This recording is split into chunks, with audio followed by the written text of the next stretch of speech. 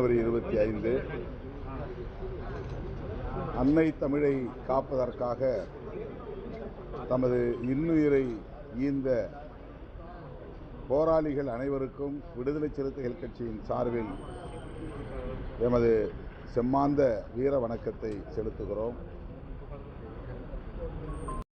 ஆனார்கள்.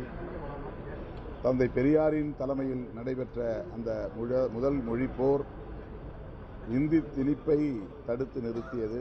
அன்னை தமிழ் காக்கப்பட்டது. ஆனாலும் மீண்டும் 1965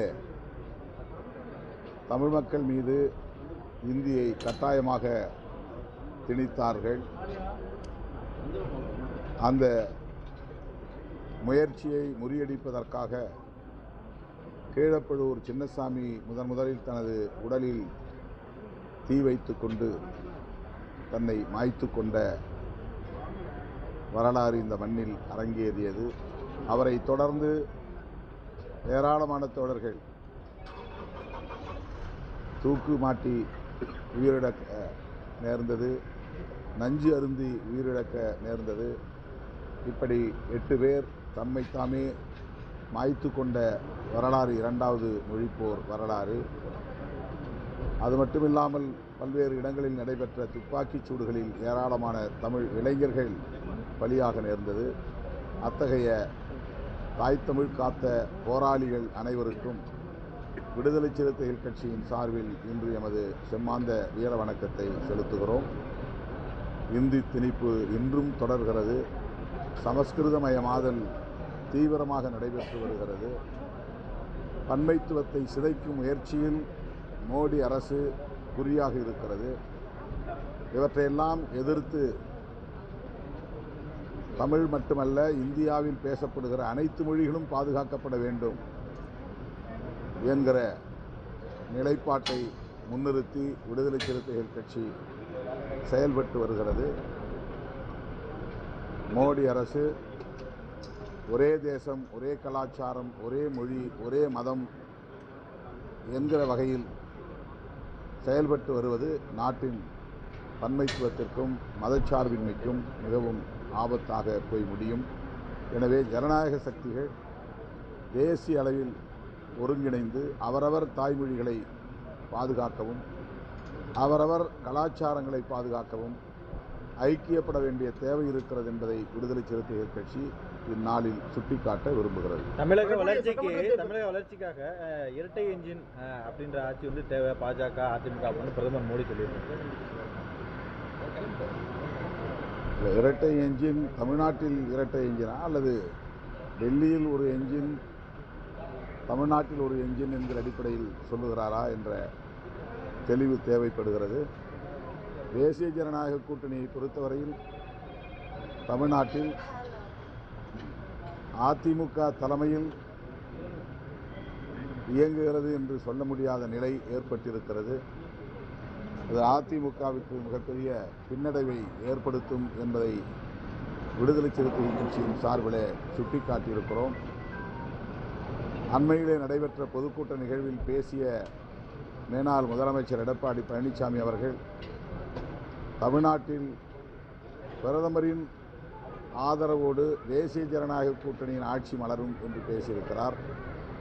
அதிமுக ஆட்சி மலரும் என்று பேசுகிற நிலை இன்றைக்கு இல்லாமற் போய்விட்டது என்பது கவலை அளிக்கிறது. அதாவது அதிமுகவின் நிலையை எண்ணி கவலைப்படுகிறோம். அதிமுக வெகு மக்களின் பேராதரவு பெற்ற ஒரு இயக்கம், தமிழ்நாட்டை ஆண்ட கட்சி. ஆனால் இன்றைக்கு பாஜகவின் பிடிக்குள் சென்றுவிட்டது என்கிற நிலையை எண்ணி உள்ளபடியே ஒரு திராவிட இயக்கம் இப்படி சனாதன சக்திகளின் பிடிக்குள் சிக்கிக் கொண்டது என்பதை எண்ணி வருந்துகிறோம். வரக்கூடிய சட்டமன்ற தேர்தலில் டாக்டர் ராமதாஸ் எந்த அணியில இணைய வேண்டும், அது தமிழ்நாட்டு மக்களுக்கு நலனுக்கு உதவியாக இருக்கும் அப்படின்னு நீங்கள் ஆசைப்படுறீங்க? அந்த ஆர்வம் சொல்வதற்கு எனக்கு எந்த அவசியமும் அல்லது தேவையும் இல்லை. அது அவருடைய நிலைப்பாடு, அவருடைய கடமை. அவருடைய பொறுப்பு. திமுக கூட்டணி அதில் விடுதலை சிறுத்தைகள் கட்சி கருத்து சொல்வதற்கு எதுவும் இல்லை. திமுக கூட்டணி எங்களை பொறுத்தவரையில் நாங்கள் 2011 பொதுத் தேர்தலுக்கு பிறகு எடுத்த முடிவு, அதிமுக பாஜக ஆகிய 2 கட்சிகளுமே இருக்கிற அணியில் இடம்பெறுவதில்லை. அந்த 2 கட்சிகளும் சோசியல் இன்ஜினியரிங் என்கிற பெயரில் சாதியின் பெயராலும் மதத்தின் பெயராலும் வெறுப்பு அரசியலை முன்னெடுக்கக்கூடிய கட்சிகளாக இருக்கின்றன என்பதை நாங்கள் சுட்டிக்காட்டியிருக்கிறோம். அந்த நிலைப்பாட்டில் நாங்கள் உறுதியாக இருக்கிறோம். பாமக இன்றைக்கு ஒரு அணி மோடி தலைமையிலான கூட்டணியில் இடம்பெற்றிருக்கிறது. இன்னொரு அணியை திமுக கூட்டணியில் இணைத்துக் கொள்வது பற்றி திமுக தலைமைதான் முடிவெடுக்க வேண்டும். அதில் நாங்கள் எந்த முடிவும் எடுக்கக்கூடிய நிலை இல்லை. நாங்கள் ஏற்கனவே 14 ஆண்டுகளுக்கு முன்பே முடிவெடுத்து விட்டோம். இப்போதைக்கு முடிவெடுக்கும் நிலை எதுவும் இல்லை. திமுக கூட்டணிக்கு பாமக வரும் பட்சத்தில், அதாவது ராமதாஸ் அணி வந்துச்சுன்னா நீங்கள் தொடருவீங்களா கூட்டணியில்? 14 ஆண்டுகளுக்கு முன்பே எடுத்த முடிவு தான். அதில் அப்புறம் என்ன உங்களுக்கு சந்தேகம்? 14 ஆண்டுகளுக்கு முன்பு நாங்கள் எடுத்த முடிவு தான். அந்த முடிவில் உறுதியாக இருக்கிறோம். அதை ஏற்றுக்கொள்ள மாட்டீங்க அப்படின்னு 14 ஆண்டுகளுக்கு முன்னே எடுத்த முடிவு தான். இல்லை, டிடிவி தினகரன் எடப்பாடிலாம் ஒன்றா சேர்ந்துருக்காங்களே, அந்த மாதிரி வாய்ப்பு இருக்குமா?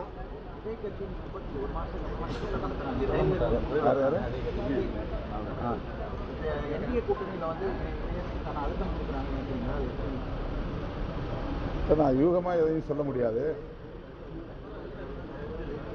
விஜய் அவர்கள் பாஜகவோடு எந்த அளவுக்கு உறவாடுகிறார் என்பதை நாம் யூகித்து சொல்ல முடியாத ஒரு நிலை. ஆனால் பாஜக தலைமையிலான அரசையோ பாஜகவின் செயல்பாடுகளையோ அவர் கடுமையாக எங்கும் விமர்சித்ததில்லை. விமர்சிக்க வேண்டிய இடத்திலும் கூட விமர்சிக்கவில்லை. எங்கள் கொள்கை எதிரி என்கிற ஒற்றை சொற்றொடரோடு முடித்துக் கொள்கிறார்.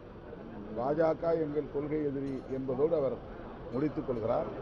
ஆனால் அந்த கொள்கை என்ன, எந்த கொள்கையை அவர் எதிர்க்கிறார், ஏன் மற்ற நேரங்களில் அதை பற்றி விமர்சிப்பதில்லை என்ற கேள்விகள் ஏராளமாக எழுகின்றன. அவற்றுக்கெல்லாம் அவர் விடை சொல்லவில்லை. இந்த தேர்தலை பொறுத்தவரையில் அவர் தலைமையில் அவர் தனித்து ஒரு அணியை உருவாக்குவார் அல்லது தனித்து போட்டியிடுவார் என்றுதான் நான் யூகிக்கிறேன். பிரதமரும் பாஜகவினரும் நிறைய பணம் தமிழகத்துக்கு கொடுத்துருக்கோம், காங்கிரஸ் ஆட்சியை காலத்தை காட்டணும் அப்படின்னு சொல்லிட்டே இருக்காங்க. அந்த குற்றச்சாட்டு தொடர்ந்து வச்சுருக்காங்க. இவங்க எங்களுக்கு பணம் கிடைக்கலன்னு சொல்லிட்டு இருக்காங்க. இதில் எது உண்மை, என்ன மக்கள் புரிஞ்சுக்கணும்? அதாவது மத்திய அரசு திட்டங்களுக்கு அவர்கள் நிதி ஒதுக்கி இருக்கிறார்கள். மாநில அரசின் திட்டங்களுக்கு, மாநில அரசின் கோரிக்கைகளுக்கு ஏற்ப அவர்கள் நிதி ஒதுக்கவில்லை. கல்வி திட்டம் அது மத்திய அரசும் பங்களிக்க வேண்டிய ஒரு திட்டம். அந்த கல்வி திட்டத்திற்கு அவர்கள் நிதியை நிறுத்தி வைத்திருக்கிறார்கள். கேட்டால் நீங்கள் புதிய கல்விக் கொள்கையை நடைமுறைப்படுத்துவதாக ஒப்பந்தம் போட வேண்டும், அதில் கையெழுத்திட வேண்டும். அப்படி என்றால் நாங்கள் நிதியை தருகிறோம் என்று அந்த துறையை சார்ந்த அமைச்சர் வெளிப்படையாகவே பேசினார். அதுபோல பல துறைகளுக்கு வழங்க வேண்டிய நிதிகளை அவர்கள் ஸ்பான்சர் செய்ய வேண்டிய நிதிகளை அவர்கள் ஒதுக்கவில்லை. அதைத்தான் தமிழ்நாடு அரசு, தமிழ்நாடு முதல்வர் சுட்டிக்காட்டுகிறார். நாங்கள் ரயில்வே திட்டத்திற்கு நிதி ஒதுக்கீடு செய்திருக்கிறோம், எய்ம்ஸ் கட்டிடத்திற்கு நிதி ஒதுக்கீடு செய்திருக்கிறோம் என்று அவர் பொதுவாக யூனியன் கவர்மெண்ட், இந்திய ஒன்றிய அரசு நேரடியாக செய்கிற திட்டங்களுக்கான நிதியை பிரதமர் குறிப்பிட்டு பேசுகிறார். இது தமிழ்நாட்டு மக்களை குழப்புவதற்கான ஒரு முயற்சி. தமிழ்நாட்டை ஓரவஞ்சனையாக நடத்துகிறது பாஜக அரசு, மோடி அரசு என்பதுதான் உண்மை. அதை தமிழ்நாட்டு மக்கள் உணர்ந்திருக்கிறார். கமலஹாசன் இரட்டை இலக்கில் தொகுதி கேட்கிறேன்னு சொல்லியிருக்காரு. நீங்க உங்க நிலைப்பாட்டில் எப்படி இருக்கீங்க? ஒற்றை இலக்கமா, இரட்டை இலக்கமா, இல்ல கூடுதல் தொகுதி கேட்கிறாங்க? 3 இலக்கத்தில் கேட்க முடியாது என்பதனால் இரட்டை இலக்கம் கேட்கிறோம். தேர்தல் வாக்குறுதிகள்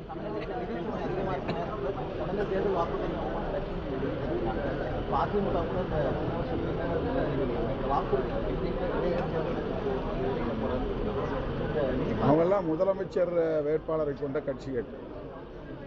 ஆகவே அவர்கள் சில வாக்குறுதிகளை முன்கூட்டியே தர வேண்டிய கட்டாயம் இருக்கிறது. எங்களை பொறுத்தவரையில் தமிழ்நாட்டின் நலன்கள் குறித்த எங்கள் பார்வை என்ன என்ற அடிப்படையில் தேர்தல் அறிக்கையை நாங்கள் வெளியிடுவோம்.